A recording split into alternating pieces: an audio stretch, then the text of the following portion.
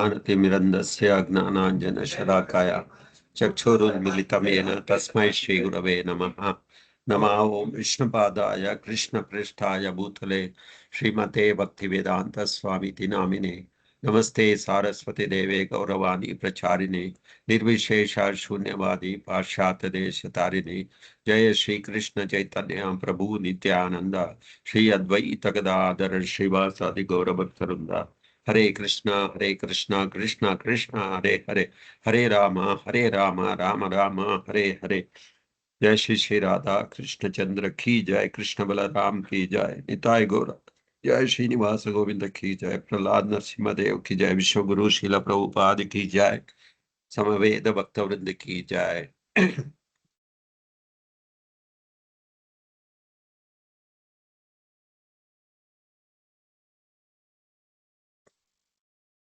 So ನಾನು screen share ಮಾಡ್ತೀನಿ.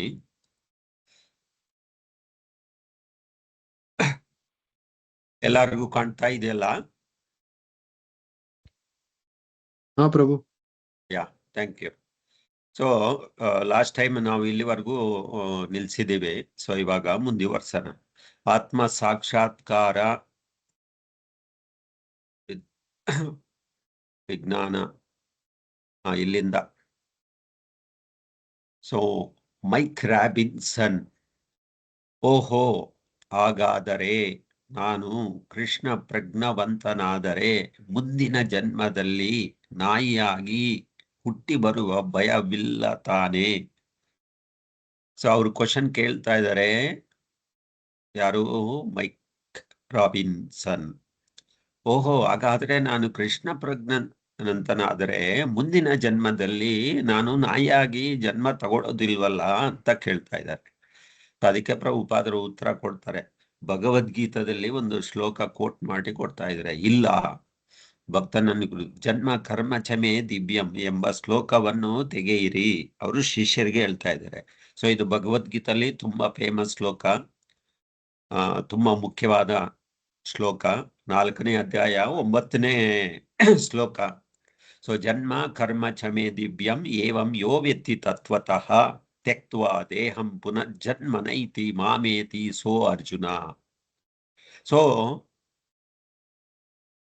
ಪ್ರಭುಪಾದರು ಹೇಳ್ತಾ ಇದ್ದಾರೆ ಇದಕ್ಕೆ ಶ್ಲೋಕಕ್ಕೆ ಅರ್ಥ. ಎಲೆಯ ಅರ್ಜುನನೇ, ನನ್ನ ಸ್ವರೂಪ ಮತ್ತು ಕಾರ್ಯಗಳ ದಿವ್ಯ ಗುಣವನ್ನು ಯಾರು ಅರಿತಿರುತ್ತಾರೋ ಅವರು ಈ ದೇಹವನ್ನು ತ್ಯಜಿಸಿದ ಬಳಿಕ ಈ ಲೌಕಿಕ ಪ್ರಪಂಚದಲ್ಲಿ ಮತ್ತೆ ಜನ್ಮ ತಳೆಯುವುದಿಲ್ಲ. ಅವರು ನನ್ನ ನಿತ್ಯ ಧಾಮವನ್ನು ಸೇರುತ್ತಾರೆ ಅಂತ. ಸೊ ಅವ್ರ ಕ್ವಶನ್ಗೆ ಆನ್ಸರ್ ಪ್ರಭುಪಾದರು ಕೊಡ್ತಾ ಇದ್ದಾರೆ. ಭಗವದ್ಗೀತಾದಲ್ಲಿ ಪ್ರಮಾಣ. ಅದಕ್ಕೆ ನಾವು ಸಾಯುವಾಗ ಯಾವ ಪ್ರಜ್ಞೆದಲ್ಲಿ ಇರ್ತೀವೋ ಆ ಪ್ರಜ್ಞೆ ನಮ್ಮ ಸೂಕ್ಷ್ಮ ಶರೀರ ಅಲ್ಲಿ ಹೋಗಿ ಮತ್ತೆ ಸ್ಥೂಲ ಶರೀರವನ್ನು ಪಡೆಯುತ್ತೆ. ಸೂಕ್ಷ್ಮ ಶರೀರ ಅಂದ್ರೆ ಮನಸ್ಸು, ಬುದ್ಧಿ, ಅಹಂಕಾರ. ಸ್ಥೂಲ ಶರೀರ ಅಂದ್ರೆ ಈ ಪಂಚಭೂತಗಳದಿಂದ ತಯಾರು ಮಾಡಿರುವ ಪ್ರೆಸೆಂಟ್, ಇವಾಗ ಈಗ ನಾವು ನಮ್ಮ ಆತ್ಮ, ನಮ್ಮ ಮನುಷ್ಯ ಜನ್ಮ ಇದೆ ಅಲ್ವಾ, ಅದು. ಸೊ ಇದೇ ವ್ಯತ್ಯಾಸ. ಸೊ ಪ್ರಭುಪಾದರು, ನನ್ನನ್ನು ಅರಿತವರು ಜನನ ಮರಣಗಳಿಂದ ಮುಕ್ತರಾಗುತ್ತಾರೆ. ಸೊ ಬೇಸಿಕ್ ನಮ್ಮ ಜೀವನದ ಗುರಿ, ನಮ್ಮ ಜೀವನದ ಏನಪ್ಪಾ ಅಂದ್ರೆ ಇದು. ಯಾಕಂದ್ರೆ ಮತ್ತೆ ನಾವು ಜನ್ಮ ತಗೋಬಾರ್ದು. ನಾವು ಶಾಶ್ವತವಾದ ಶರೀರವನ್ನು ಪಡಿಬೇಕು. ಸತ್ ಚಿತ್ ಆನಂದ ಶರೀರ ನಾವು ಪಡಿಬೇಕು. ಅದು ನಮ್ಮ ನಿಜವಾದ ಗೋಲ್, ನಮ್ಮ ಆತ್ಮದ ನಿಜವಾದ ಸ್ವರೂಪ. ಸೊ ಎಂದು ದೇವರು ಹೇಳ್ತಾ ಇದ್ದಾರೆ. ನನ್ನ ಅಂದ್ರೆ ಕೃಷ್ಣ ಹೇಳ್ತಾ ಇರೋದು, ಅರಿತವರು ಜನನ ಮರಣಗಳಿಂದ ಮುಕ್ತರಾಗ್ತಾರೆ. ಆದರೆ ಲೌಕಿಕವಾದ ಊಹಾತ್ಮಕ ಚಿಂತನೆಗಳಿಂದ ದೇವರನ್ನು ಅರ್ಥ ಮಾಡಿಕೊಳ್ಳಲು ಸಾಧ್ಯವಿಲ್ಲ. ಸೊ ನಾವು ಲೌಕಿಕವಾಗಿ ಏನೋ ಊಹಾ ಮಾಡ್ತಾವೋ, ದೇವರು ಹಿಂಗಿದ್ದಾರೆ ಹಂಗಿದ್ದಾರೆ ಆ ತರ ಈ ತರ, ಅದು ಅರ್ಥ ಮಾಡ್ಕೊಳ್ಳೋದು ಸಾಧ್ಯ ಇಲ್ಲ, ಅದು ಅಸಾಧ್ಯ. ಮೊದಲು ವ್ಯಕ್ತಿಯು ಆಧ್ಯಾತ್ಮಿಕ ವೇದಿಕೆಗೆ ಬರಬೇಕು. ಭಕ್ತಿ ಆಧ್ಯಾತ್ಮಿಕ ವೇದಿಕೆ ಅನಂತರ ಅವನಿಗೆ ದೇವರನ್ನು ಅರ್ಥ ಮಾಡಿಕೊಳ್ಳಲು ಅಗತ್ಯವಾದ ಬುದ್ಧಿ ಮತ್ತೆಯೂ ಲಭಿಸುತ್ತದೆ. ಒಂದು ಸಲ ಅವನು ದೇವರನ್ನು ಅರ್ಥ ಮಾಡಿಕೊಂಡರೆ ಅರ್ಥ ಮಾಡಿಕೊಂಡನೆಂದರೆ ಮತ್ತೆಂದು ಅವನಿಗೆ ಲೌಕಿಕ ದೇಹಗಳು ಲಭಿಸುವುದಿಲ್ಲ. ಸೊ ಕೃಷ್ಣ ಹೇಳ್ತಾ ಇರೋದು ಇದೆ, ಜನ್ಮ ಕರ್ಮ ಚಮೆ ದಿವ್ಯ. ಸೊ ಭಗವಂತನ ಒಂದು ರೂಪ, ಭಗವಂತನ ಒಂದು ಕಾರ್ಯಗಳು, ಭಗವಂತನ ಒಂದು ಗುಣಗಳು, ಸೊ ಇದೆಲ್ಲ ಯಾರು ತಿಳ್ಕೊಂತಾರೋ, ಯಾರು ಅರ್ಥ ಮಾಡ್ಕೊಂತಾರೋ, ಯಾರು ದೇವರ ಬಗ್ಗೆ ನಾವು ತಿಳ್ಕೊಂತೀವೋ, ಈ ಲೌಕಿಕ ಪ್ರಪಂಚದಲ್ಲಿ ಮತ್ತೆ ಪುನರ್ಜನ್ಮ ಅನ್ನೋದು ಇರುವುದಿಲ್ಲ. ಅದು ಪ್ರಭುಪಾದರು ಇಲ್ಲಿ ಹೇಳ್ತಾ ಇರೋದು. ಸೊ ಅದಕ್ಕೆ ಅಗತ್ಯವಾದ ಬುದ್ಧಿ ಮತ್ತೆ ಇವು ಲಭಿಸುತ್ತದೆ. ಸೊ ಒಂದು ಸಲ ಅವನು ದೇವರನ್ನು ಅರ್ಥ ಮಾಡಿಕೊಂಡನೆಂದರೆ ಮತ್ತೆಂದು ಅವನಿಗೆ ಲೌಕಿಕ ದೇಹಗಳು ಲಭಿಸುವುದಿಲ್ಲ. ಅದು ನಮ್ಮ ಉದ್ದೇಶ. ಸೊ ಇವಾಗ ನಾವು ಸಾಧನ ಭಕ್ತಿ ಎಲ್ಲ ಮಾಡ್ತಾ ಇರೋದು ಯಾತಕ್ಕೋಸ್ಕರ? ಇದಕ್ಕೋಸ್ಕರ. ಇದು ಮಾಡ್ತಾ ಮಾಡ್ತಾ ಏನಾಗುತ್ತೆ, ನಾವು ಭಗವಂತನನ್ನು ಅರ್ಥ ಮಾಡ್ಕೋಬಹುದು. ಭಗವಂತನ ಗುಣ ಗಾಣ, ಅವನ ಕರ್ಮಗಳು, ಅವನ ಲೀಲಗಳು, ಉದ್ದೇಶ, ಇದೆಲ್ಲ ತಿಳ್ಕೊಂಡ್ರೆ ನಮಗೆ ಪುನರ್ಜನ್ಮ ಅನ್ನೋದು ಇರುವುದಿಲ್ಲ.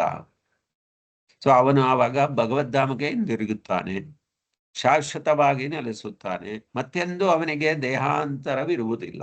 ಇದು ನಾವು ನಮಗೆ ಸಿಗುವುದು.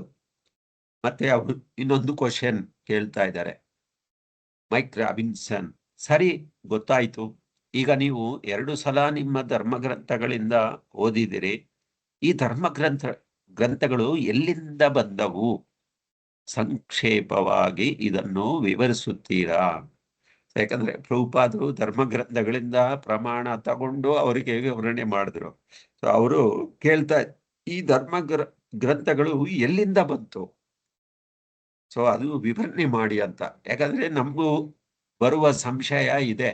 ನಾವು ಹೇಳ್ತೀವಿ ಭಗವದ್ಗೀತೆ ಎಲ್ಲಿಂದ ಬಂತು, ಭಾಗವತ ಎಲ್ಲಿಂದ ಬಂತು, ಧರ್ಮ ಗ್ರಂಥಗಳು ಎಲ್ಲಿಂದ ಬಂತು, ಪುರಾಣಗಳು ಎಲ್ಲಿಂದ ಬಂತು, ವಿವಿಧ ಶಾಸ್ತ್ರಗಳು ಎಲ್ಲಿಂದ ಬಂತು ಎಲ್ಲ ಕೇಳ್ತೀವಿ. ಸೊ ಇದೆಲ್ಲ ಭಗವಂತನೇ ಕೊಟ್ಟಿದ್ದಾರೆ.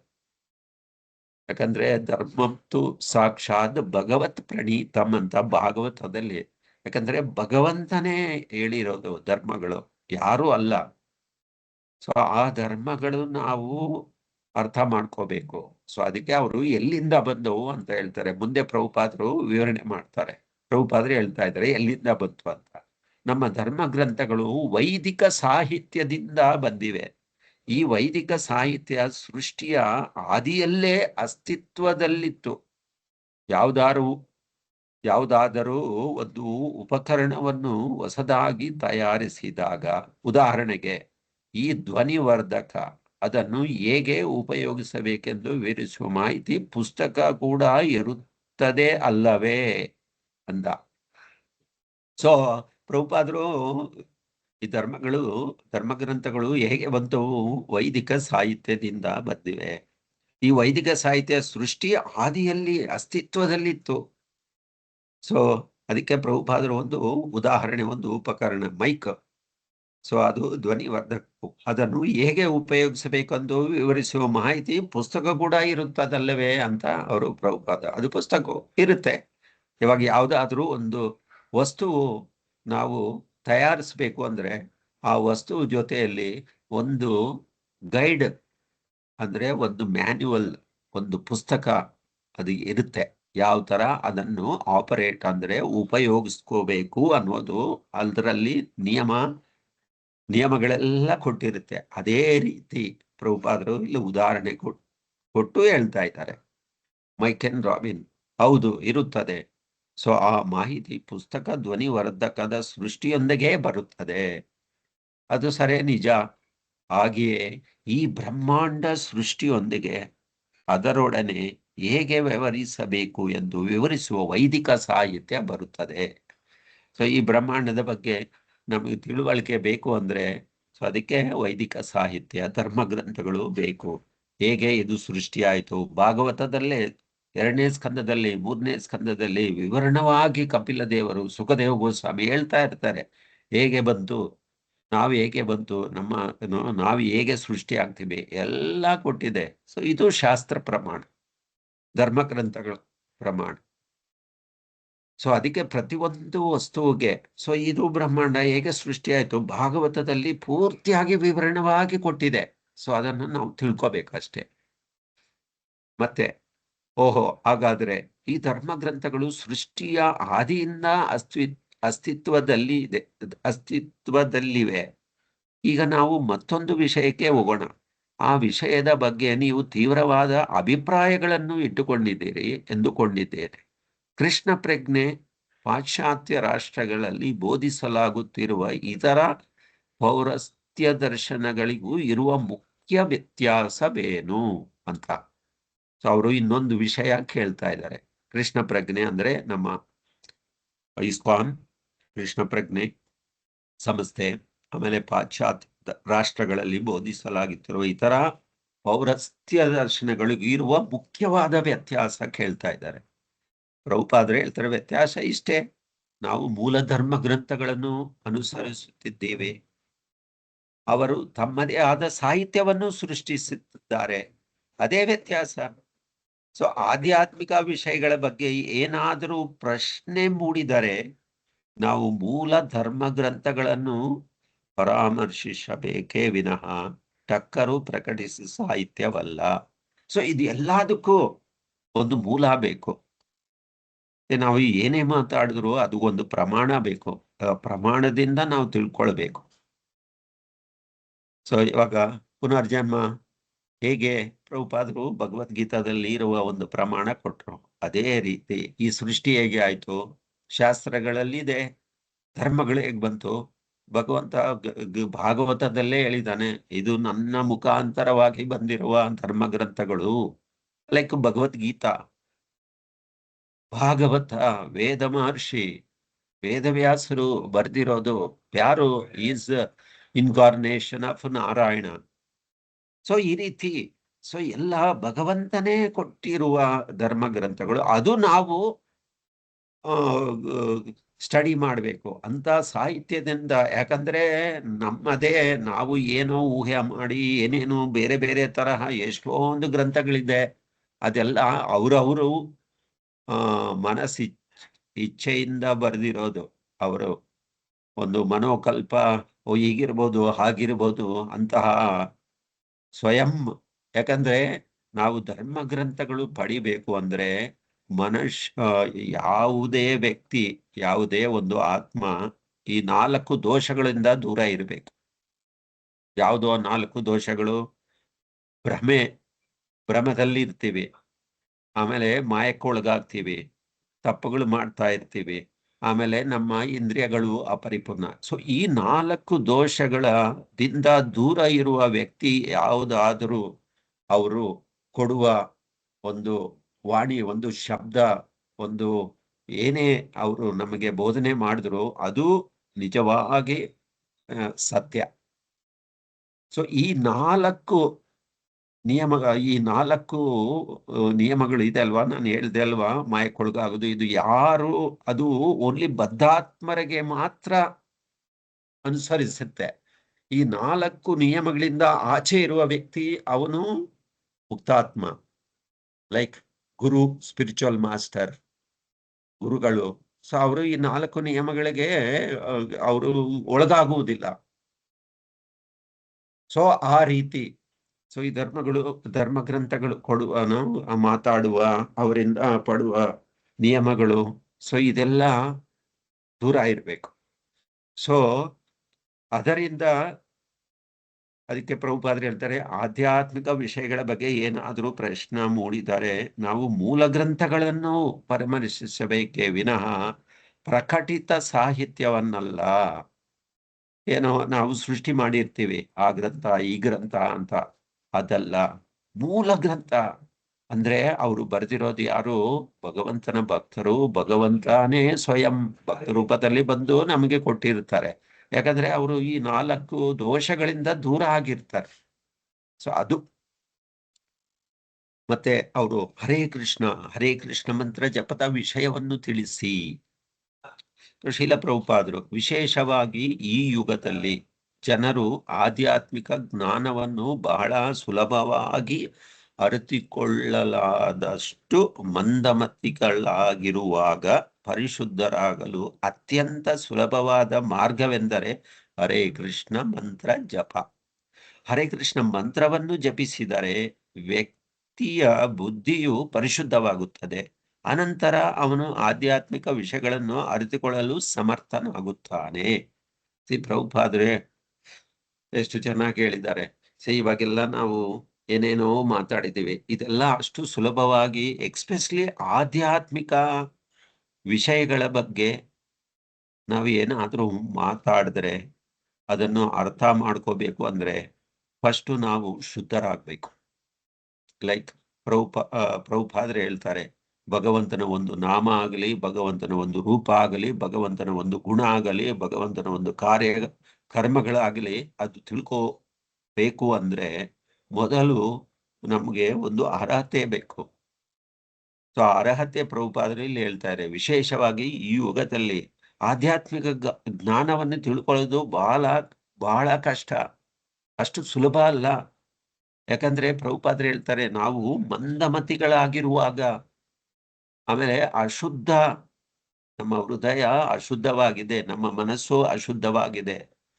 ಸೊ ಇದೆಲ್ಲ ನಾವು ಅರ್ಥ ಮಾಡ್ಕೋಬೇಕು ಅಂದ್ರೆ, ಯಾಕಂದ್ರೆ ನಾವು ಪರಿಶುದ್ಧರಾಗಿರ್ಬೇಕು.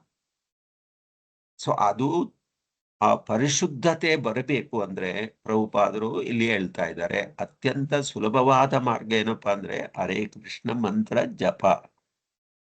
ಸೊ ನಾವು ಯಾವಾಗ ಈ ಮಂತ್ರ ಜಪ ಮಾಡ್ತೀವೋ ಅವಾಗ ಏನಾಗುತ್ತೆ, ನಮ್ಮ ಬುದ್ಧಿ ಪರಿಶುದ್ಧವಾಗುತ್ತೆ. ಅವಾಗ ಆಧ್ಯಾತ್ಮಿಕ ವಿಷಯಗಳು ನಾವು ತಿಳ್ಕೊಳ್ಳುವ ಶಕ್ತಿ ಸಾಮರ್ಥ್ಯ ನಮಗೆ ಆಟೋಮೆಟಿಕ್ ಆಗಿ ಬರುತ್ತೆ. ಏನು ನೀವು ಕಷ್ಟ ಪಡಬೇಕಾಗಿಲ್ಲ. ನಾವು ಕಷ್ಟ ಪಡಬೇಕಾಗಿರೋದು ಏನು, ಭಗವಂತನ ನಾಮ ತಗೋಬೇಕು, ಭಗವಂತನ ಬಗ್ಗೆ ಕೇಳಬೇಕು, ಭಗವಂತನ ಗುಣಗಾನ ಮಾಡಬೇಕು. ಸೊ ಮಾಡಿದ್ರೆ ಆಟೋಮೆಟಿಕ್ ಆಗಿ ನಾವು ತಿಳ್ಕೊಳ್ಳುವ ಶಕ್ತಿ ನಮ್ಮಲ್ಲಿ ಭಗವಂತ ಕೃಷ್ಣನೇ ಹೇಳ್ತಾನೆ, ದದಾಮಿ ಬುದ್ಧಿಯೋಗಂ ತಂ ಏನಮಾ ಉಪಯಾಂತತಿ.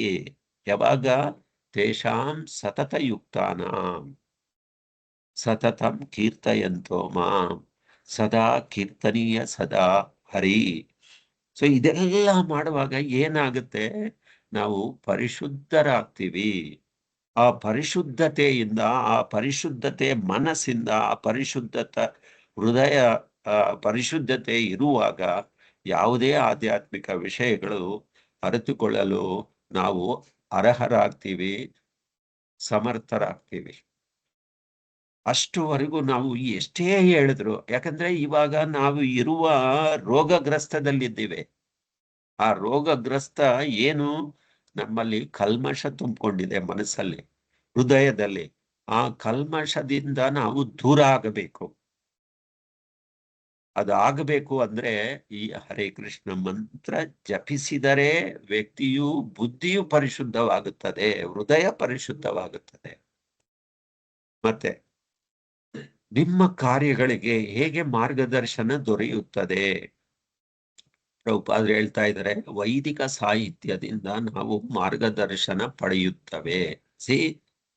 ನಾವು ಕೃಷ್ಣ ಪ್ರಜ್ಞೆ, ಆಮೇಲೆ ಭಕ್ತಿ, ಇದೆಲ್ಲ ಯಾವ ರೀತಿಯಾಗಿ ನಮಗೂ ಮಾರ್ಗದರ್ಶನ ಸಿಕ್ಕಿರೋದು ಧರ್ಮ ವೈದಿಕ ಸಾಹಿತ್ಯದಿಂದ. ಸೊ ಆಮೇಲೆ ಅವರು ಇನ್ನೊಂದು ಕೇಳ್ತಾ ಇದ್ದಾರೆ, ಪ್ರಶ್ನೆ ಕೇಳ್ತಾ ಇದ್ದಾರೆ, ನೀವು ಉದ್ಧರಿಸಿದ ಧರ್ಮ ಗ್ರಂಥಗಳಿಂದಲೇ ಪ್ರಭುಪಾದರು ಹೇಳ್ತಾರೆ, ಹೌದು, ಧರ್ಮ ಗ್ರಂಥಗಳಿಂದನೇ ನಾವು ಈ ಕೃಷ್ಣ ಪ್ರಜ್ಞೆ ಸಂಸ್ಥೆ ನಾವು ಉದ್ಧಾರ ಮಾಡಿರೋದು.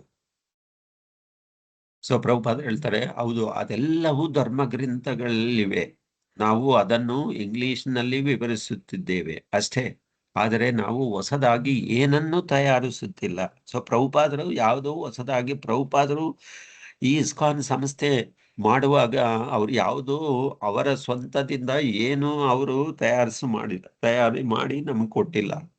ಪ್ರಭುಪಾದರು ಭಗವದ್ಗೀತಾ ಭಾಷವನ್ನು ಬರೆದ್ರು ಆಸ್ ಇಟ್ ಈಸ್ ಆಗಿ, ಯಥಾತಥವಾಗಿ. ಏನು ಕೃಷ್ಣ ಏನು ಹೇಳಿದಾನೋ 5000 ವರ್ಷ ಹಿಂದೆ, ಆಮೇಲೆ ಅದಕ್ಕಿಂತ ಮುಂಚೆ. ಸೊ ಪ್ರಭುಪಾದರು ಭಗವದ್ಗೀತಾದಲ್ಲೇ ಹೇಳ್ತಾರಲ್ವಾ ಶ್ಲೋಕ, ಅರ್ಜುನನೇ ಕೇಳ್ತಾನೆ, ನಾನು ಹೇಗೆ ನಂಬಲಿ ನೀನು ಈ ಭಗವದ್ಗೀತಾ, ಮತ್ತೆ ಸೂರ್ಯ ಭಗವಾನ್, ವಿವಶ್ವಾನ್, ಮನು, ಇಕ್ಷ್ವಾಕು, ಇವರಿಗೆಲ್ಲ ಯಾವ ರೀತಿ ನಂಬಲಿ ಅಂತ ಪ್ರಭುಪಾದರು ಹೇಳಿದ್ದಾರೆ. 4ನೇ ಅಧ್ಯಾಯದಲ್ಲಿ ಹೇಳಿದ್ದಾರೆ. ಕೃಷ್ಣ ಹೇಳಿದಾನೆ ಅರ್ಜುನನಿಗೆ, ಏವಂ ಪರಂಪರಾ ಪ್ರಾಪ್ತಂ ಇಮಂ ರಾಜರ್ಷಯೋ ವಿದುಹು ಸಕಾಲೇನ ಯೋಗಭ್ರಷ್ಟ ವಿಜಾಯತೆ ಅಂತ. ಸೊ ಅದರಲ್ಲಿ ಹೇಳಿದ್ದಾರೆ, ಇದು ಏವಂ ಪರಂಪರಾ ಪ್ರಾಪ್ತಂ, ಕೃಷ್ಣನಿಂದ ಬಂದಿರುವ ಜ್ಞಾನ. ಸೊ ಅದೆಲ್ಲ ಧರ್ಮ ಗ್ರಂಥಗಳೇ. ಸೊ ನಾವು ಅದನ್ನೇ ಇವಾಗ ಪ್ರಭುಪಾದರು ಇಂಗ್ಲಿಷಲ್ಲಿ ಹೊಸದಾಗಿ ಏನು ಅವರು ತಯಾರು ಮಾಡಿಲ್ಲ. ಸೊ ಈ ಜ್ಞಾನವನ್ನು ತಯಾರಿಸಲು ಹೊರಟರೆ ಎಲ್ಲವೂ ಹಾಳಾಗಿ ಹೋಗಿಬಿಡುತ್ತದೆ. ಸೊ ವೈದಿಕ ಸಾಹಿತ್ಯ ಈ ಧ್ವನಿವರ್ಧಕದ ಬಳಕೆಯನ್ನು ವಿವರಿಸುವ ಸಾಹಿತ್ಯದಂತೆ ಇದೆ. ಹೀಗೆ ಮಾಡಿ ಕೆಲವು ತಿರುಪುಗಳು ಸ್ಕ್ರೂಸ್ ಈ ಕಡೆ ಇರಬೇಕು. ಸೊ ಪ್ರಭುಪಾದರು ಉದಾಹರಣೆ ಕೊಡ್ತಾ ಇರೋದು. ಸೊ ಈ ವೈದಿಕ ಸಾಹಿತ್ಯನೂ ಅದೇ ರೀತಿ, ಹೇಗೆ ಸೃಷ್ಟಿ ಆಯ್ತು, ನಾವು ಯಾತಕ್ಕೋಸ್ಕರ ಇದ್ದೀವಿ, ನಮ್ಮ ಜನ್ಮ ಏನು, ನಾವು ಯಾರು, ಮನುಷ್ಯನ ಕರ್ತವ್ಯವೇನು, ಈ ಸೃಷ್ಟಿ ಏನು, ಈ ಬ್ರಹ್ಮಾಂಡದ ಸೃಷ್ಟಿ ಮಾಡಿರುವ ಉದ್ದೇಶ ಏನು, ಭಗವಂತ ಯಾರು, ದೇವತೆಗಳು ಯಾರು, ಸೃಷ್ಟಿ ಏನು, ಇದೆಲ್ಲ ವೈದಿಕ ಸಾಹಿತ್ಯ ವಿವರಣವಾಗಿ ನಮ್ಗೆ ತಿಳಿಸ್ಕೊಡುತ್ತೆ. ಅದಕ್ಕೆ ಪ್ರಭುಪಾದರು ಹೇಳ್ತಾರೆ, ಈ ಮೈಕ್ ಧ್ವನಿ ವರ್ಧಕ ಬಳಕೆಯನ್ನು ಯಾವ ತರ ನಾವೇ ಅದನ್ನು ಉಪಯೋಗಿಸ್ಬೇಕು ಅದೇ ರೀತಿ ಅಂತ ಪ್ರಭುಪಾದರು. ಸೊ ಅದನ್ನು ಯಾವ ರೀತಿ ಬದಲಾಯಿಸುವ ಆಗಿಲ್ಲ. ಬದಲಾಯಿಸಲು ಹೋದರೆ ಎಲ್ಲವೂ ಹಾಳಾಗೋದು. ಅದೇ ಪ್ರಕಾರ ನಾವು ಯಾವುದನ್ನು ತಯಾರಿಸಲಿಲ್ಲವಾದುದರಿಂದ ವ್ಯಕ್ತಿಯು ನಮ್ಮ ಪುಸ್ತಕಗಳನ್ನು ಓದಿದರೆ ಸಾಕು, ಅವನು ನಿಜವಾಗಿ ಆಧ್ಯಾತ್ಮಿಕ ಜ್ಞಾನವನ್ನು ಪಡೆಯುತ್ತಾನೆ. ನಾವೆಲ್ಲ ಉದಾಹರಣೆ ಅಲ್ವಾ. ನಮಗೆ ಏನೂ ಗೊತ್ತಾಗ್ತಾ ಇರ್ಲಿಲ್ಲ ಮುಂಚೆ. ಬಟ್ ಯಾವಾಗ ನಾವು ಪ್ರಭುಪಾದರ ಪ್ರಭುಪಾದರ ಧರ್ಮ ಗ್ರಂಥಗಳನ್ನು ನಾವು ನಾವು ತಗೊಂಡು ಓದಿದೀವೋ ಅವಾಗೇ ನಮ್ಗೆ ಜ್ಞಾನ ಗೊತ್ತಾಯ್ತು, ಬುದ್ಧಿವಂತಿಕೆ ಬಂತು ಅಲ್ವಾ. ಅಷ್ಟವರೆಗೂ ನಮಗೂ ಗೊತ್ತಿಲ್ಲ. ಸೊ ಅದೇ ಪ್ರಭುಪಾದರು ಹೇಳ್ತಾ ಇರೋದು. ಮತ್ತೆ ಅವರು ಪ್ರಶ್ನೆ ಕೇಳ್ತಾ ಇದ್ದಾರೆ, ರಾಬಿನ್ಸನ್, ಕೃಷ್ಣ ಪ್ರಜ್ಞೆಯ ತತ್ವಜ್ಞಾನವು ಜನಜೀವನದ ಮೇಲೆ ಹೇಗೆ ಪರಿಣಾಮ ಬೀರುತ್ತದೆ? ಅವರು ಹೆಂಗೆ ಕೇಳ್ತಾ ಇದ್ದಾರೆ, ಕೃಷ್ಣ ಪ್ರಜ್ಞೆಯ ತತ್ವಜ್ಞಾನವು ಜನ ಜೀವನದ ಮೇಲೆ ಹೇಗೆ ಪರಿಣಾಮ ಬೀರುತ್ತದೆ? ಸೊ ಪ್ರಭುಪಾದರು ಹೇಳ್ತಾರೆ ನೋಡಿ, ಅದು ಜನರ ದುಃಖವನ್ನು ನಿವಾರಿಸಬಲ್ಲದು. ಜನರು ದೇಹವೇ ತಾವೆಂದು ತಪ್ಪಾಗಿ ತಿಳಿದುವುದರಿಂದ ದುಃಖವನ್ನೂ ಅನುಭವಿಸುತ್ತಿದ್ದಾರೆ. ನಿಮ್ಮ ಕೋಟು ಅಂಗಿಗಳೇ ನೀವೆಂದು ತಿಳಿದುಕೊಂಡು ಅವನ್ನು ಬಹಳ ಎಚ್ಚರಿಕೆಯಿಂದ ಒಗೆಯುತ್ತಾ ಆಹಾರ ಸೇವಿಸುವುದನ್ನೇ ಮರೆತರೆ ಸುಖವಾಗಿರುತ್ತೀರಾ ಅಂತ ಪ್ರಭುಪಾದರು ಹೇಳ್ತಾ ಇದ್ದಾರೆ. ಸೊ ಮೊದಲು ನಾವು ಇದೆಲ್ಲ ಪ್ರಭುಪಾದರು ಇಲ್ಲಿ ಏನೇನು ಹೇಳಿದಾರೋ ಅದರಲ್ಲೇ ನಾವು ಅಜ್ಞಾನದಲ್ಲಿ ಇದ್ದೀವಿ. ಸೊ ನಾವು ಇವಾಗ ಏನು, ಸೊ ಪ್ರಭುಪಾದರ ಎಷ್ಟು ಚೆನ್ನಾಗಿ ಹೇಳ್ತಾ ಇದ್ದಾರೆ, ಯಾವಾಗ ನಾವು ಪ್ರಭುಪಾದರ ಪುಸ್ತಕಗಳನ್ನು, ಪ್ರಭುಪಾದರು ಬರೆದಿರುವ ವೈದಿಕ ಸಾಹಿತ್ಯಗಳನ್ನು, ಧರ್ಮ ಗ್ರಂಥಗಳನ್ನು ನಾವು ಓದಿದ್ರೆ ಮೊದಲು ಪರಿವರ್ತನೆ ಆಗೋದು, ನಮ್ಮ ಮೇಲೆ ಪರಿಣಾಮ ಆಗುವುದು ಏನು, ದುಃಖವನ್ನು ನಿವಾರಿಸಬಲ್ಲರು. ಇದು ನೀವು ಪ್ರಯತ್ನ ಮಾಡಿ. ನಿಮ್ಗೇನಾದ್ರೂ ಬೆಳಿಗ್ಗೆಯಿಂದ ಸಂಜೆವರೆಗೂ ನಿಮ್ಮ ಜೀವನದಲ್ಲಿ ಆಯಾಸ, ನಿಮ್ಮ ಜೀವನದಲ್ಲಿ ಬೇಜಾರು, ನಿಮ್ಮ ಜೀವನದಲ್ಲಿ ದುಃಖ, ಇಂತಹ ಪರಿಸ್ಥಿತಿಗಳಲ್ಲಿ ಏನಾದ್ರೂ ನಿಮ್ಗೆ ಅನಿಸಿದ್ರೆ ನೀವು ಪ್ರಭುಪಾದರ ಪುಸ್ತಕ ತಗೊಳ್ಳಿ, ಓದಿ, ಭಗವದ್ಗೀತಾ ತಗೊಳ್ಳಿ, ಓದಿ, ನಿಮ್ಗೆ ಗೊತ್ತಾಗುತ್ತೆ. ಅಷ್ಟು ಏನು ಗೊತ್ತಾ, ನಮ್ಮ ದುಃಖ, ನಮ್ಮಲ್ಲಿ ಇರುವ ಆತಂಕ, ನಮ್ಮಲ್ಲಿರುವ ದುಃಖ ಮೊದಲು ಅದು ಉಪಶಮನಗೊಳಿಸ ಶಕ್ತಿ ಅದರಲ್ಲಿದೆ ಪ್ರಭುಪಾದರ ಪುಸ್ತಕ. ಮತ್ತೆ ಏನಾಗುತ್ತೆ, ನಮಗೂ ಜ್ಞಾನ ಬರುತ್ತೆ. ಯಾಕಂದ್ರೆ ನಾವೆಲ್ಲ ಈ ದೇಹನೇ ನಾವು ಅಂತ ಆ ದುಃಖದಲ್ಲಿ ನಾವು ಅನುಭವಿಸ್ತಾ ಇದ್ದೀವಿ. ಅದಕ್ಕೆ ಪ್ರಭುಪಾದರು ಉದಾಹರಣೆ ಕೊಡ್ತಾ ಇದ್ದಾರೆ. ಇವಾಗ ನಮ್ಮ ಶರ್ಟ್ ಇದೆ, ಅಥವಾ ಶರ್ಟ್ ಮೇಲೆ ಕೋಟ್ ಹಾಕೊಂಡಿದ್ದೀವಿ.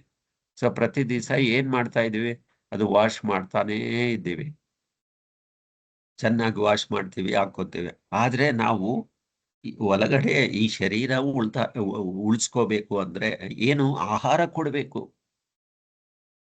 ಆಹಾರ ಕೊಟ್ಟಿಲ್ಲ ಅಂದ್ರೆ ಏನಾಗುತ್ತೆ? ನಾವು ಸುಖವಾಗಿರ್ತೀವ? ನೋ, ದುಃಖದಲ್ಲಿ ಇರ್ತೀವಿ.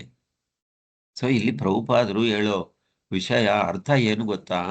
ಇದೆಲ್ಲ ಈ ಶರೀರ ಒಂದು ಕೋಟು, ಒಂದು ಅಂಗಿ ಒಂದು ಕೋಟ್ ಇದ್ದಾಗೆ, ಒಂದು ಶರ್ಟ್ ಇದ್ದಾಗೆ. ಸೊ ಈ ಶರ್ಟನ್ನೇ ಯಾವ ತರ ಇಟ್ಕೋಬೇಕು, ಯಾವ ತರ ವಾಶ್ ಮಾಡಬೇಕು, ಯಾವ ತರ ನಾವು ಒಗಿಬೇಕು, ಹೇಗೆ ನೀಟಾಗಿ ಇಟ್ಕೋಬೇಕು, ಅದರಲ್ಲೇ ಕಾಲವನ್ನು ಕಳೆಯಬಾರದು ಅಂತ ಹೇಳ್ತಾ ಇರೋದು. ಒಳಗಡೆ ಇರುವ ಆಹಾರ ಕೊಡಬೇಕು. ಅದಕ್ಕೆ ಪ್ರಭುಪಾದರು ಭಾಗವತದಲ್ಲಿ ಒಂದು ಉದಾಹರಣೆ ಕೊಡ್ತಾರೆ. ಭಾಗವತದಲ್ಲಿ ಒಬ್ಬ ಆ ಹೆಂಗಸು, ಒಂದು ಮನೆಯಲ್ಲಿ ಗಿಣಿ ಇರುತ್ತೆ.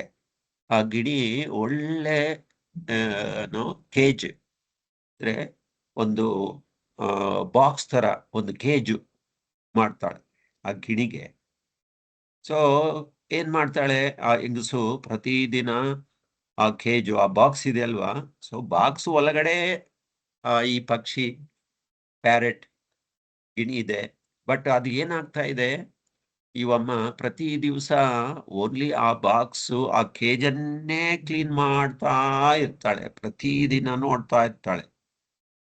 ಆದ್ರೆ ಅವಳು ಅದರಲ್ಲಿ ಇರುವ ಪಕ್ಷಿ, ಪ್ಯಾರೆಟ್ ಮರ್ತೋಗ್ಬಿಡ್ತಾಳೆ. ಸೊ ಅದೇನಾಗುತ್ತೆ, ಪ್ರತಿ ದಿವಸ ಅದಕ್ಕೆ ಊಟ ಇಲ್ಲ, ಆಹಾರ ಇಲ್ಲ. ಅದು ಉದ್ದೇಶ ಏನು? ಅದರಲ್ಲಿ ಒಳಗಡೆ ಇರುವ ಕೇಜ್ ಒಳಗಡೆ ಇರುವ ಪಕ್ಷಿಯನ್ನು ನೋಡ್ಕೋಬೇಕು, ಅದನ್ನು ನೋಡ್ಕೋಬೇಕು. ಸೊ ಫೈನಲ್ ಏನಾಗುತ್ತೆ, ಆ ಗಿಣಿ ಸತ್ತೋಗ್ಬಿಡುತ್ತೆ. ಯಾಕಂದ್ರೆ ನಮ್ಮ ಗಮನ ಅಲ್ಲಿಲ್ಲ, ಓನ್ಲಿ ಈ ಭೌತಿಕ ಶರೀರವನ್ನೇ ಕಾಲ ಕಳೀತಾ ಇದ್ದೀವಿ. ಟೈಮ್ ವೇಸ್ಟ್ ಆಗ್ತಾ ಇದೆ, ಕಾಲ ವ್ಯರ್ಥ ಆಗ್ತಾ ಇದೆ. ಆದ್ರೆ ಒಳಗಡೆ ಇರುವ ಒಂದು ಪಕ್ಷಿ ಇದೆ. ಪಕ್ಷಿ ಏನು? ಆತ್ಮ, ಆ ಕಣ. ಈ ದೇಹ ಇಷ್ಟೊಂದು ಆಕ್ಟಿವಿಟಿ ಅಂದ್ರೆ ಇಷ್ಟೊಂದು ನಾವು ಮಾತಾಡುವ ಶಕ್ತಿ, ನಾವು ಕಾರ್ಯಗಳು ಮಾಡುವ ಶಕ್ತಿ, ಅದರಲ್ಲಿ ಒಂದು ಕಣ, ಭಗವಂತ ಒಂದು ಅಂಶ, ಈ ಆತ್ಮದ ಒಂದು ಕಣ ಇದೆ. ಸೊ ಅದಕ್ಕೆ ಏನು ಬೇಕು? ಅದಕ್ಕೆ ಏನು ಆಹಾರ? ಅದು ಚೆನ್ನಾಗಿರ್ಬೇಕು ಅಂದ್ರೆ ಯಾವ ತರ ಇರ್ಬೇಕು, ಯಾವ ತರ ನಾವು ನಡ್ಕೋಬೇಕು, ಅದು ತಿಳ್ಕೋಬೇಕು ಮೊದಲು. ಲೈಕ್ ಒಳ್ಳೆ ಕಾರ್ ಇದೆ ನಿಮ್ಮ ಹತ್ರ, ಆ ಕಾರನ್ನೇ ಸುಮ್ಮನೆ ಸ್ವಚ್ಛತೆಯಿಂದ ಡೈಲಿ ವಾಶ್ ಮಾಡಿ, ಕ್ಲೀನ್ ಮಾಡಿ ಚೆನ್ನಾಗಿ ಇಟ್ಕೊಂತೀರಾ. ಸೊ ಆದ್ರೆ ಅದು ನಡೆಸ್ಬೇಕು ಅಂದ್ರೆ ನಾವು ಹೋಗಿ ಕುತ್ಕೊಂಡು ಡ್ರೈವ್ ಮಾಡಿದ್ರೆ ತಾನೇ ಅದನ್ನು ಎಂಜಾಯ್ ಮಾಡೋದು, ಏನೋ ಆನಂದ ಪಡೆಯೋದು.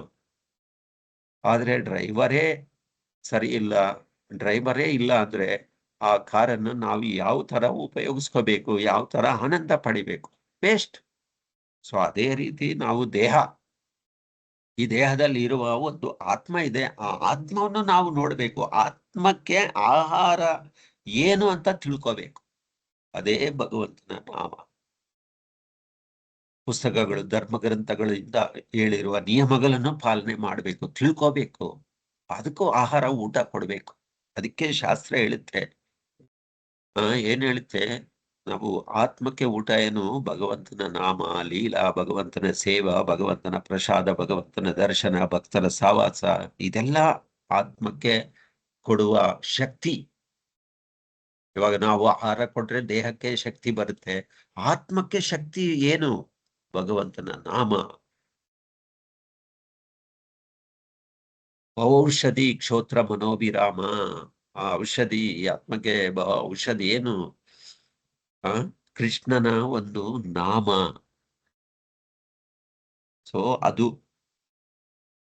ಮತ್ತೆ ಇನ್ನೊಬ್ರು ಅವರು ಕೇಳ್ತಾ ಇದ್ದಾರೆ, ಮೈಕ್ ರಾಬಿನ್ಸನ್, ಇರಲಾರೆ ಶ್ರೀಲ ಪ್ರಭುಪಾದ. ಹಾಗೆಯೇ ಪ್ರತಿಯೊಬ್ಬನು ಕೇವಲ ದೇಹವೆಂಬ ಕೋಟು, ಅಂಗಿಯನ್ನು ಒಗೆಯುತ್ತಿದ್ದಾನೆ, ಆದರೆ ದೇಹದಲ್ಲಿರುವ ಆತ್ಮವನ್ನು ಮರೆಯುತ್ತಿದ್ದಾನೆ. ಈ ದೇಹವೆಂಬ ಕೋಟು, ಅಂಗಿ ಒಳಗಡೆ ಏನಿದೆ ಎಂಬ ಮಾಹಿತಿ ಅವರಲ್ಲಿಲ್ಲ. ಯಾಕಂದ್ರೆ ನಮ್ಗೆ ಗೊತ್ತಿಲ್ಲ ಆತ್ಮ ಇದೆ ಅಂತ. ಇವತ್ತು ನೋಡಿ, ನೂರಾರು ಇನ್ಸ್ಟಿಟ್ಯೂಷನ್ಸ್, ಕಾಲೇಜುಗಳು ಅಥವಾ ಸೊಸೈಟೀಸು ಎಲ್ಲ ಇದೆ. ಬಟ್ ಅದರಲ್ಲಿ ಬರುವ ಜ್ಞಾನ ಎಲ್ಲ ಏನು ಪ್ರಭುಪಾದರಿಗೆ ಕೊಟ್ಟಿದ್ದಾರೆ? ಓನ್ಲಿ ಕೋಟ್, ಅಂಗಿಯನ್ನು, ದೇಹವೆಂಬನು ಈ ದೇಹಕ್ಕೆ ಸಂಬಂಧಪಟ್ಟಿರೋ ಜ್ಞಾನ. ಯಾರಾದ್ರೂ ಆತ್ಮಕ್ಕೆ ಸಂಬಂಧಪಟ್ಟಿರುವ ಜ್ಞಾನ ಯಾರಾದ್ರೂ ನಮ್ಗೆ ಕೊಡ್ತಾ ಇದ್ದಾರಾ? ಇಲ್ಲ. ಸೊ ಪ್ರತಿಯೊಂದು ಸೊಸೈಟಿದಲ್ಲಿ ಇವತ್ತು ಈ ಆತ್ಮ ಈ ದೇಹದಲ್ಲಿ ಪ್ರಯಾಣ ಮಾಡ್ತಾ ಇದೆ, ಯಾವಾಗೂ ಜನ್ಮದಿಂದ ಸಾಯುವವರೆಗೂ, ಮತ್ತೆ ಪುನಃ ಇನ್ನೊಂದು, ಮತ್ತೆ ಪುನಃ ಇನ್ನೊಂದು. ಸೊ ಇದು ಶಾಶ್ವತ ಅಲ್ಲ, ಅಶಾಶ್ವತ. ಆದ್ರೆ ನಾವು ಆತ್ಮವನ್ನು ಮರ್ತೋಗ್ಬಿಟ್ಟಿದ್ದೀವಿ. ಸೊ ನಮ್ಗೆ ಗೊತ್ತಿಲ್ಲ. ಸೊ ಈ ಆತ್ಮ ಜ್ಞಾನ, ಆತ್ಮ ಇದೆ ಅನ್ನೋದಕ್ಕೆ ಪ್ರಭುಪಾದರು ಕೊಟ್ಟಿರೋ ಏನಪ್ಪಾ ಅಂದ್ರೆ, ಮೊದಲು ನಾವು ಭಗವಂತನ ನಾಮ ಜಪ ಮಾಡಿದ್ರೆ ನಮಗೆ ಮೊದಲೇ ಗೊತ್ತಾಗೋದು ನಾವು ದೇಹವೆಲ್ಲ ಆತ್ಮವಂತ. ಸೊ ಇದು ಅದಕ್ಕೆ ಪ್ರಭುಪಾದರು ಹೇಳ್ತಾ, ದೇಹಂಬೆ ಕೂಟು ಅಂಗಿ ಒಳಗಡೆ ಏನಿದೆ ಎಂಬ ಮಾಹಿತಿ ಅವರಲ್ಲಿಲ್ಲ. ಸೊ ನೀವು ಯಾರು ಎಂದು ಯಾರನ್ನಾದರೂ ಕೇಳಿ. ಸೊ ಪ್ರಭುಪಾದರು ಎಷ್ಟು ಚೆನ್ನಾಗಿ ಹೇಳ್ತಾ ಇದ್ದಾರೆ. ನೀವು ಯಾರ ಹತ್ರ ಆದ್ರೂ ಹೋಗ್ಬಿಟ್ಟು ನೀವ್ ಯಾರು ಸಾರ್ ಅಂತ ಕೇಳಿ, ಅವ್ರೇನ್ ಹೇಳ್ತಾರೆ, ನಾವು ಇಂಗ್ಲಿಷ್ ಅವರು, ಅಥವಾ ನಾವು ಭಾರತೀಯರು, ಅಥವಾ ನಾವು ಹಿಂದೂ, ಮುಸ್ಲಿಂ ಅಥವಾ ಕ್ರಿಶ್ಚಿಯನ್, ಬೇರೆ ವಿವಿಧ ತರವಾದ ನಮ್ಗೆ ಪ್ರಶ್ನೆಗೆ ಉತ್ತರ ಸಿಕ್ಕತ್ತೆ. ಸೊ ಭಾರತೀಯ ದೇಹವಿದೆ ಎಂದು ಕಾಣಿಸುತ್ತೆ, ಆದರೆ ನೀವು ಯಾರು ಎಂದು ನಾವು ಕೇಳಿದರೆ ಅವನು ಅದನ್ನು ಹೇಳಲಾರ, ನಾವು ಹೇಳೋದಿಲ್ಲ. ಸೊ ಅದಕ್ಕೆ ಅವರು ಓಹೋ, ಸೊ ದೇಹವೇ ಆತ್ಮವೆಂಬ ಅಂದ್ರೆ ದೇಹಾತ್ಮ ಬುದ್ಧಿ. ಸೊ ತಪ್ಪು ತಿಳುವಳಿಕೆಯಿಂದ ಇಡೀ ಆಧುನಿಕ ನಾಗರಿಕತೆಯೇ ಪ್ರವರ್ತಿಸುತ್ತಿದೆ. ಸೊ ಇದು ಬೆಕ್ಕು ನಾಯಿಗಳ ಮನೋಧರ್ಮ. ಪ್ರಭುಪಾದರು ಹೇಳೋದು, ನಾವು ಇಂಗ್ಲೆಂಡ್ ಅನ್ನು ಪ್ರವೇಶಿಸಲು ಪ್ರಯತ್ನಿಸುತ್ತಿದೆ ಎಂದುಕೊಳ್ಳೋಣ. ಸೊ ನಾನು ಇಂಗ್ಲಿಷ್ ಅವನು, ಆದರೆ ನೀವು ಭಾರತೀಯವರು, ಇಲ್ಲಿ ಯಾಕೆ ಬಂದಿರಿ ಎಂದು ಕೇಳುತ್ತೀರಿ. ನಾಯಿ ಕೂಡ ಬೌ ಬೌ, ನೀವು ಯಾಕೆ ಬಂದಿದ್ದೀರಿ ಎಂದು ಬೊಗಳುತ್ತದೆ. ಹೀಗಿರುತ್ತ ಮನೋಧರ್ಮದಲ್ಲಿ ಏನು ವ್ಯತ್ಯಾಸ? ಅದಾಗಾಯ್ತು. ಸೊ ನಾಯಿ ತಾನು ನಾಯಿ ಎಂದು ನಾನೊಬ್ಬ ಅಪರಿಚಿತನೆಂದು ಭಾವಿಸುತ್ತಿದೆ. ಸೊ ನೀವೊಬ್ಬ ಇಂಗ್ಲಿಷರನೆಂದು ನಾನೊಬ್ಬ ಭಾರತೀಯನೆಂದು ಭಾವಿಸುತ್ತೇನೆ. ಸೊ ಹೀಗೆ ಮನೋಧರ್ಮದಲ್ಲಿ ವ್ಯತ್ಯಾಸವೇನಿಲ್ಲ. ಆದುದರಿಂದ ನೀವು ಜನರನ್ನು ನಾಯಿ ಬುದ್ಧಿಯ ಅಂಧಕಾರದಲ್ಲಿರಿಸಿ ನಾಗರಿಕತೆಯಲ್ಲಿ ಮುಂದುವರಿಯುತ್ತಿದ್ದೇವೆ ಎಂದು ಘೋಷಿಸಿದರೆ ಅದು ತಪ್ಪಾಗುತ್ತದೆ. ಯಾಕಂದ್ರೆ ಪ್ರಭುಪಾದರು ಇವಾಗ ಈಗ್ಲೂ ಆಧುನಿಕ ನಾಗರಿಕತೆಯ ಫುಲ್ಲು ಇಲ್ಲಿ ಪ್ರಭುಪಾದರೆ ಹೇಳ್ತಾ ಇದ್ದಾರೆ ನಾವ್ ಯಾವ ತರ ಇದ್ದೀವಿ ಅಂತ. ಐ ಥಿಂಕ್ ನಿಮ್ಮೆಲ್ಲರಿಗೂ ಗೊತ್ತಾಗುತ್ತೆ, ನಾವೆಲ್ಲ ಇರೋದು ಇದೇ ರೀತಿ. ಸೊ ಇದು ನಮ್ಮ ಅಜ್ಞಾನ. ಮತ್ತೆ ಇನ್ನೊಂದು ಪ್ರಶ್ನೆ ಕೇಳ್ತಾ ಇದ್ರೆ, ಈಗ ಇನ್ನೊಂದು ವಿಷಯ ಎತ್ತಿಕೊಳ್ಳೋಣ. ಪ್ರಪಂಚದಲ್ಲಿ ದುಃಖವು ಕವಿದಿರುವ ಪ್ರದೇಶಗಳ ಬಗ್ಗೆ ಹರೇ ಕೃಷ್ಣ ಆಂದೋಲನಕ್ಕೆ ಒಂದಿಷ್ಟು ಕಾಳಜಿ ಇದೆ ಎಂದು ಕೇಳಿದ್ದೀನಿ. ಸೊ ಅವರು ಕೇಳ್ತಾ ಇದ್ದಾರೆ. ಈಗ ಇನ್ನೊಂದು ವಿಷಯ, ಪ್ರಪಂಚದಲ್ಲಿ ದುಃಖ ಕವಿದಿರುವ ಪ್ರದೇಶಗಳ ಬಗ್ಗೆ ಹರೇ ಕೃಷ್ಣ ಆಂದೋಲನ. ಸೊ ಪ್ರಭುಪಾದರು ಹೇಳ್ತಾ ಇದ್ದಾರೆ, ಹೌದು, ನಮಗೆ ಮಾತ್ರ ಅಂತಹ ಕಾಳಜಿ ಇದೆ. ಇತರರು ಮುಖ್ಯ ಸಮಸ್ಯೆಗಳಾದ ಜನನ, ವೃದ್ಧಾಪ್ಯ, ವ್ಯಾಧಿ ಮತ್ತು ಮೃತ್ಯು ಇವುಗಳನ್ನೇ ಬದಿಗೆ ಸರಿಸುತ್ತಿದ್ದಾರೆ. ಈ ಸಮಸ್ಯೆಗಳಿಗೆ ಬೇರೆ ಯಾವರಲ್ಲಿ ಏನು ಪರಿಹಾರಗಳಿಲ್ಲ. ಹೌದಲ್ವಾ? ಕೃಷ್ಣ ಪ್ರಜ್ಞೆ ಸಮಸ್ಯೆನೇ ಎಲ್ಲಾನು ಸಮಸ್ಯೆಗಳಿಗೆ ಪರಿಹಾರ ಕೊಡ್ತಾ ಇರೋದು ಪ್ರಭುಪಾದರು. ಸೊ ನಾವು ಇವತ್ತು ನಮ್ಮ ಕೃಷ್ಣ ಪ್ರಜ್ಞೆ ಯಾವ ರೀತಿಯಾಗಿ ಹರಡಿಕೊಂಡಿದೆ, ಯಾವ ರೀತಿಯಾಗಿ ನಾವು ಪ್ರಚಾರ ಮಾಡ್ತಾ ಇದ್ದೀವಿ, ಯಾವ ರೀತಿಯಾಗಿ ನಾವು ಜನಗಳಿಗೆ ನಾವು ರೀಚ್ ಮಾಡ್ತಾ ಇದ್ದೀವಿ. ಸೊ ಅದು ಪ್ರಭುಪಾದರು ಹೇಳ್ತಾರೆ. ಸೊ ಅವರು ಸುಮ್ಮನೆ ಏನೇನು ಅರ್ಥಹೀನವಾಗಿ ಮಾತನಾಡುತ್ತಾರೆ, ಜನರನ್ನು ತಪ್ಪುದಾರಿಗೆ ಎಳೆಯುತ್ತಿದ್ದಾರೆ. ಅವರನ್ನು ಅಂಧಕಾರದಲ್ಲಿಯೇ ಇರಿಸುತ್ತಿದ್ದಾರೆ. ನಾವು ಅವರಿಗೆ ಸ್ವಲ್ಪ ಬೆಳಕು ಕೊಡಲು ತೊಡಗೋಣ. ಸೊ ಇದು ಇವಾಗ ನಾವೆಲ್ಲ ಪುಸ್ತಕ ವಿತರಣೆ ಮಾಡ್ತಾ ಇದ್ದೀವಿ. ಅದು ಉದ್ದೇಶ ಏನು? ಸೊ ಅದ್ರ ಉದ್ದೇಶ ಏನು? ನಾವು ಈ ಜ್ಞಾನ ಕೊಡ್ತಾ ಇದ್ದೀವಿ. ಅವ್ರು ಕೇಳ್ತಾ ಇದಾರಲ್ವಾ, ದುಃಖದಿಂದ ಆಚೆ ಬರೋದು ಯಾವ ರೀತಿ? ಯಾಕಂದ್ರೆ ಇವಾಗ ಪ್ರಪಂಚ ಎಲ್ಲ ದುಃಖದಲ್ಲೇ ಇದೆ. ಸೊ ಆ ದುಃಖ ಏನು? ಸೊ ಪ್ರಭುಪಾದರು ಹೇಳ್ತಾ ಇದ್ದಾರೆ 4 ಸಮಸ್ಯೆಗಳು: ಜನನ, ಮರಣ, ವೃದ್ಧಾಪ್ಯ, ವ್ಯಾಧಿ. ಸೊ ಇವುಗಳಿಂದ ಆಚೆ ಬರಬೇಕು ಅಂದ್ರೆ ನಮಗೂ ಜ್ಞಾನ ಬರಬೇಕು, ಜ್ಞಾನ ಇರಬೇಕು. ಯಾವ ರೀತಿಯಾಗಿ ನಾನು ಇದರಿಂದ ನನಗೆ ಪರಿಹಾರ ಸಿಕ್ಕುತ್ತೆ ಅಂತ. ಅದಕ್ಕೆ ಅವರು ಹೇಳ್ತಾ ಇದ್ದಾರೆ, ಸರಿ, ಆದರೆ ಅವರಿಗೆ ಆಧ್ಯಾತ್ಮಿಕ ಜ್ಞಾನೋದಯವನ್ನು ನೀಡುವುದಲ್ಲದೆ ಅವರು ದೈಹಿಕ ಆರೋಗ್ಯದ ಬಗೆಗೆ ಗಮನವಹಿಸುತ್ತೀರಾ? ಸೊ ನಮ್ಮ ಉದ್ದೇಶನೇ ಅದೇ. ನಾವು ಏನು ಆಧ್ಯಾತ್ಮಿಕ ಜ್ಞಾನ ಕೊಡ್ತಾ ಇದೀವಿ, ಜ್ಞಾನ ಅವ್ರಿಗೆ ಎಪ್ಪರಿಸ್ತಾ ಇದ್ದೀವಿ, ಜ್ಞಾನ ಅಜ್ಞಾನದಿಂದ. ಸೊ ಪ್ರಭುಪಾದರ ಒಂದು ಉದ್ದೇಶ, ಇಸ್ಕಾನ್ ಸಂಸ್ಥೆಯ ಉದ್ದೇಶ ಇದೆ. ಸೊ ಅದಕ್ಕೆ ನಾವು ತಿಳ್ಕೋಬೇಕು. ಸೊ ಸುಮ್ಮನೆ ನಾವು ಯಾತಕ್ಕೋಸ್ಕರ ಪ್ರಭುಪಾದರು ಹೇಳಿದ್ದಾರೆ ನೋಡಿ, ಎಷ್ಟು ಪ್ರಶ್ನೆಗಳಿಗೆ ಸಮಾಧಾನ ಕೊಟ್ಟಿದ್ದಾರೆ. ಯಾಕಂದ್ರೆ ಈ ಪ್ರಶ್ನೆಗಳು ರಾಬಿನ್ ಅವರು ಕೇಳ್ತಾ ಇದಾರಲ್ವಾ, ಈ ಪ್ರಶ್ನೆಗಳೆಲ್ಲ ನಮ್ಮಲ್ಲಿದೆ. ಸೊ ನಮಗೆ ಪ್ರಭುಪಾದರು ಆನ್ಸರ್ ಜವಾಬ್ ಕೊಡ್ತಾ ಇದ್ದಾರೆ. ಸೊ ಅದಕ್ಕೆ ಇದು ಆತ್ಮ ಸಾಕ್ಷಾತ್ಕಾರ ವಿಜ್ಞಾನ ಪುಸ್ತಕ ತುಂಬಾ ವೆರಿ ವೆರಿ ಪವರ್ಫುಲ್ ಪುಸ್ತಕ. ಸೊ ಅದಕ್ಕೆ ನಮ್ಮಲ್ಲಿರುವ ಎಲ್ಲ ಅಜ್ಞಾನ ಹೋಗ್ಬೇಕು ಅಂದ್ರೆ ಇದು ಓದ್ಬೇಕು. ಸೊ ಆಧ್ಯಾತ್ಮಿಕ. ಸೊ ಇಲ್ಲಿಗೆ ಮುಗಿಸೋಣ. ಸೊ ಅದಕ್ಕೆ ನಾವು ಪ್ರತಿ ದಿವಸ ಓದ್ತಾ ಇರ್ಬೇಕು. ಓದ್ತಾ ಇದ್ರೆ ಅವಾಗ ಏನಾಗುತ್ತೆ, ನಮ್ಮಲ್ಲಿ ಜ್ಞಾನ ಬರುತ್ತೆ. ಸೊ ನಮ್ಗೆ ಅಜ್ಞಾನದಲ್ಲಿದ್ದೀವಿ ನಾವು. ಸೊ ಆ ಅಜ್ಞಾನದಿಂದ ಬರಬೇಕು ಅಂದ್ರೆ ಅಟ್ಲೀಸ್ಟ್ ನಾವು ಈ ಪುಸ್ತಕಗಳು ಓದ್ಬೇಕು. ಪುಸ್ತಕಗಳೇ ಓದುವುದರಿಂದ ನಮ್ಗೇನಾಗುತ್ತೆ, ಜ್ಞಾನ ಬರುತ್ತೆ. ಅದಕ್ಕೆ ನಾವು ಇವಾಗ ಏನು ಪುಸ್ತಕಗಳ ಮಾರಾಟವನ್ನು ನಾವು ಎಲ್ಲಾ ಕಡೆ ಹಂಚ್ತಾ ಇದ್ದೀವಿ. ಭಕ್ತರೆಲ್ಲ ಹೋಗಿ ಏನಕ್ಕೆ? ಬುದ್ಧಿಶಕ್ತಿ ಸಂಪೂರ್ಣವಾಗಿ ನಮ್ಮ ಇವಾಗ ಕಲಿಯುಗದಲ್ಲಿ ಇರುವ ಬುದ್ಧಿ ಆ ಪುಸ್ತಕಗಳಿಂದ ನಾವು ಒಳ್ಳೆ ಜ್ಞಾನ ಪಡಿಬಹುದು. ಸೊ ಇದು ನಮ್ಮ ಉದ್ದೇಶ. ಅದಕ್ಕೆ ಪ್ರಭುಪಾದರು ಯಾವುದೋ ಒಂದು ಪ್ರವಚನದಲ್ಲಿ ಅವರು ಹೇಳ್ತಾರೆ, ನಮ್ಮ ಪುಸ್ತಕಗಳ ಮಾರಾಟವನ್ನು ಹೆಚ್ಚಿಸುವ ವಿಷಯದಲ್ಲಿ ಎಲ್ಲಾ ನಾಯಕರು ತಮ್ಮ ಬುದ್ಧಿಶಕ್ತಿಯನ್ನು ಸಂಪೂರ್ಣವಾಗಿ ಬಳಸಬೇಕು.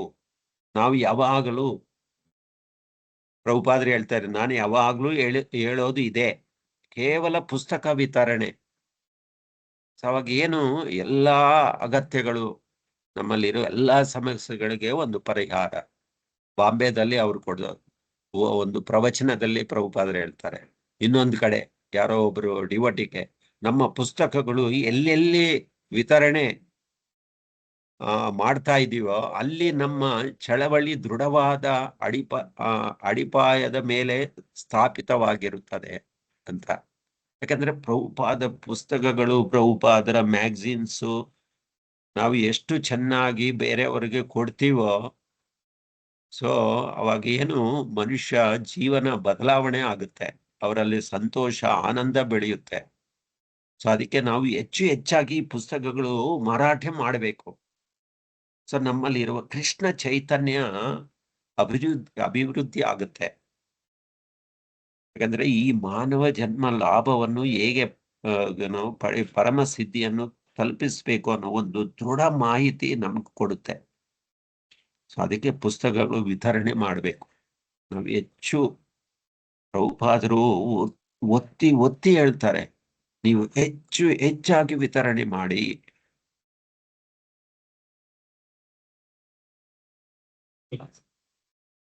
ಸೊ ಅದರಿಂದ ಪ್ರಭುಪಾದರ ಪುಸ್ತಕಗಳನ್ನು ನಾವು ವಿತರಣೆ ಮಾಡಬೇಕು.